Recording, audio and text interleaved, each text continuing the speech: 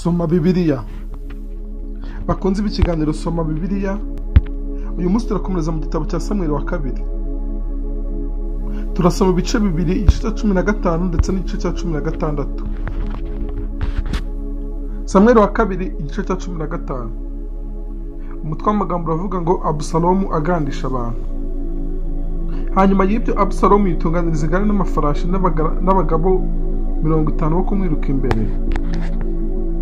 Kandi Abusalomu yajyaga azinduka kare agahagarara iruhande rw'irembo ku karubanda, maze umuntu wese iyo yabaga afite urubanza rukwiriye kuburanirwa ku mwami, Abusalomu yaramuhamagara akababwira ati, uri uwo muhe mudugudu? Nawe ati, umugaragu wawe ndi wo mu muryango naka wa Isirayeli. Abusalomu akamubwira ati, umva, urubanza rwawe ni rwiza kandi ruraboneye, ariko nta muntu umwami yashyizeho kumva ibyawe. Kandi Abusalomu akangira ati, yemwe, iyaba naragizwe umucamanza wo muri iki gihugu, umuntu wese wagize impamvu yose cyangwa urubanza akansanga, namucirira urubanza rutabera. Iyo hagiraga umuntu umwegera kumuramya, yaramburaga ukuboko kwe akamufata akamusoma. Uko niko Abusalomu yagenzaga Abisirayeli bazaga kuburanira umwami bose. Nuko Abusalomu yigarurira imitima y'Abisirayeli. Hashize imyaka 4 Abusalomu abwira umwami ati, ndakwinginze nyemerera njye guhigura umuhigo nahize Uwiteka i Heburoni. Kuko umugaragu wawe nahize umuhigo ubwo nari nturiye Geshuri muri Siriya, naravuze nti, Uwiteka naramuka acubije Yerusalemu, ni koko nzakorera Uwiteka. Umwami aramusubiza ati, genda amahoro. Nuko arahaguruka ajya i Heburoni. Bukeye Abusalomu yohereza abatasi imiryango ya Isirayeli yose kwamamaza ubutumwa ngo, nimwumva ijwi ry'ikondera muzahereko muvuga muti, Abusalomu yimye i Heburoni. Kandi muri iryo genda rya Abusalomu yajyanye n'abagabo 200 avanye Yerusalemu bahamagawe kugenda. Bagenda batagira uburiganya, ntacyo bazi. Maze Abusalomu atumira Ahifoteli w'i Gilo, umujyanama wa Dawidi, ava mu mudugudu w'iwabo i Gilo mu gihe Abusalomu yatambaga ibitambo. Nuko ubugome buragwira, kuko abantu biyongeraga kubana na Abusalomu uko bukeye. Bukeye haza intumwa kuri Dawidi ivuga iti, imitima y'Abisirayeli ikurikiye Abusalomu. Nuko Dawidi abwira abagaragu be bose bari kumwe na Yerusalemu ati, nimuhaguruke duhunge, nitudahunga nta n'umwe muri twe uri burokoke Abusalomu. Mubanguke kugenda tudufata vuba akatugirira nabi, bigatuma arimbuza umurwa inkota. Abagaragu b'umwami baramusubiza bati, abagaragu bawe twiteguye gukora icyo umwami databuja ashaka cyose. Nuko umwami asohokana n'abo mu rugo rwe bose bamukurikiye, ariko umwami asiga abagore 10 b'icorekeze bakurinda urugo. Umwami arasohoka, abantu bose baramukurikira, bagera i Betimerohaki batindayo. Nuko abagaragu be bose baramushagara, kandi abakereti bose n'abapereti bose n'abagiti bose uko ari 600 abari bavuye i Gati bamukurikiye banyura imbere y'umwami. Maze umwami abaza Itayi w'umugiti ati, wowe n'igitumye ujyana natwe? Subirayo ugumane n'umwami, kuko uri umunyamahanga waje uciwe. Subira iwawe. Mbese ko waje ejo, none nabasha no kukubwira ngo uzererane natwe hirya no hino? Ubwo ngiye kujya aho mbonye hose. Subirayo usubiraneyo na bene so, imbabazi n'ukuri bibane nawe. Itayi asubiza umwami ati, ndahiye Uwiteka uhoraho n'ubugingo bw'umwami databuja, aho umwami databuja azaba, ni kuba gupfa cyangwa kuba muzima, aho ni umugaragu wawe nzaba. Dawidi abwira Itayi ati, genda wambuke. Nuko Itayi w'umugiti yambukana n'abantu be bose n'abana bari kumwe nabo. Igihugu cyose gicira umuborogo n'ijwi rirenga, abantu bose barambuka, kandi n'umwami yambuka akagezi kitwa Kidironi. Nuko abantu bose barambuka berekeza mu gihugu. Kandi Sadoki nawe azana n'Abalewi bose bahetse isanduku y'isezerano ry'Imana, batereka hasi iyo sanduku y'Imana. Maze Abiyatari bazamuka kugeza aho abantu barangirije kuvomorwa. Umwami abwira Sadoki ati, subiza isanduku mu murwa. Nindamuka mbonye imbabazi ku Uwiteka azangarurayo kandi azanyereka no guturuka. Ariko nambwira iki ati, sinkwishimira, dore ndi hano, nagenze uko ashaka. Umwami abwira Sadoki umutambyi ati, aho nturi bamenye? Subira mu murwa amahoro n'abahungu bawe bombi, Ahimasi umwana wawe na Yonatani umwana wa Abiyatari. Dore nzategereza ku byambu byo ku ishyamba kugeza aho muzantumiraho inkuru z'impamo. Sadoki na Abiyatari niko guheka isanduku y'Imana bayisubiza Yerusalemu bagumayo.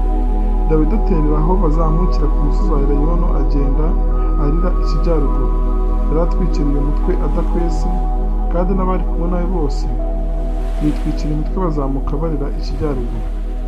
Maze umuntu abwira Dawidi ko Ahitofeli ari umwe mu bajyanama z'ubugome ufatanije na Abusalomu. Dawidi arasenga ati, Uwiteka ndakwinginze hindura inama za Ahitofeli ubusa. Dawidi ageze mu mpinga y'umusozi aho bajyaga basengera Imana, Hushayi w'Umwaruki aza guhura nawe ashishimuye umwambaro we, igitaka kiri ku mutwe.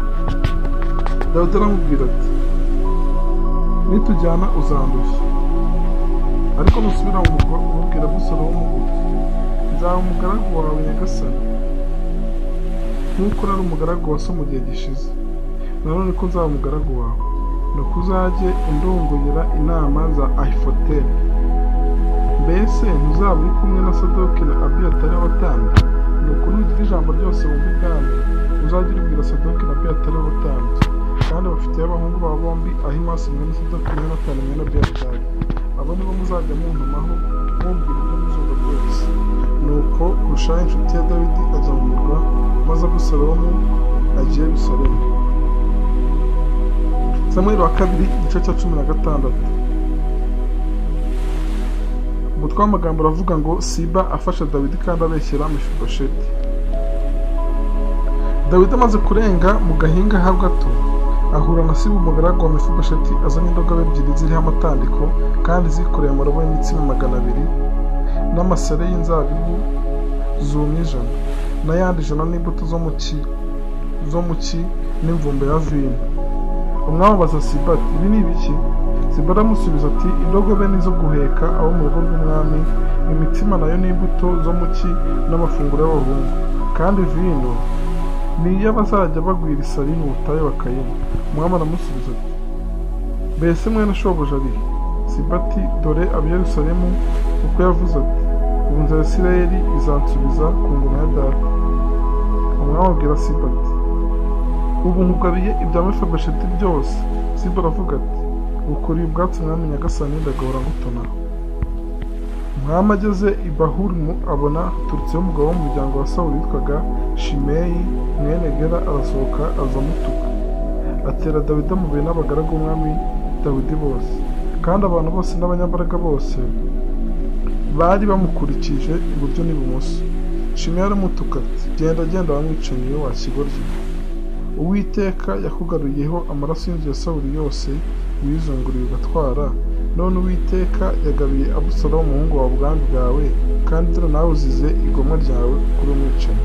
Abishayi mwene Sawuli yabaza umwami ati, ariko n'iki gituma tureka iyo mbwa y'intumbi agatuka umwami databuja?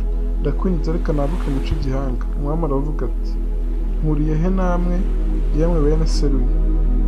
Arantuka kuko Uwiteka ari we wamubwiye ati, tuka Dawidi, none nde wabasha kumubuza? Ati, ariko ibyo bitewe n'iki? Maze Dawidi abwira Abishayi n'abagaragu be bose ati, murareba uko umuhungu wanjye nibyariye agenza ubugingo bwanjye, mbese wo mu Benyamini ntiyarushaho? Nuko nimureke yitukire kuko Uwiteka yamutegetse. Ahari Uwiteka azareba inabi ngirirwa, kandi Uwiteka azanyitura ibyiza kubw'iyo mivumo yavumwe uyu munsi. Nuko Dawidi n'abantu bakomeza inzira, Shimeyi nawe aca mu ibanga ry'umusozi, amwitegeye agenda amutuka umugenda, amutera amabuye n'umukungugu.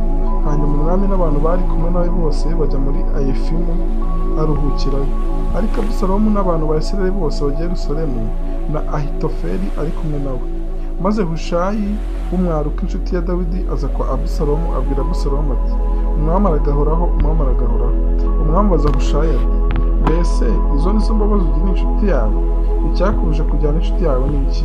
Hushayi abwira Abusalomu ati, reka da, ahubwo utoranijwe n'Uwiteka n'abantu n'Abisirayeli bose, nzaba wowe kandi nzagumana nawe. Ikindi kandi ninde nkwiriye gukorera? Sinkwiriye gukorera umwana we nk'uko nakoreraga so, niko nzagukorera. Maze Abusalomu abwira Ahitofeli ati, tugira inama uko twagenza. Ahitofeli abwira Abusalomu ati, taha ku nshoreke za so yasize mu rugo, maze Abisirayeli bose bazamenya ko wazinutswe so cyane. Nuko abazaba bari kumwe nawe bose bazahama bakomere.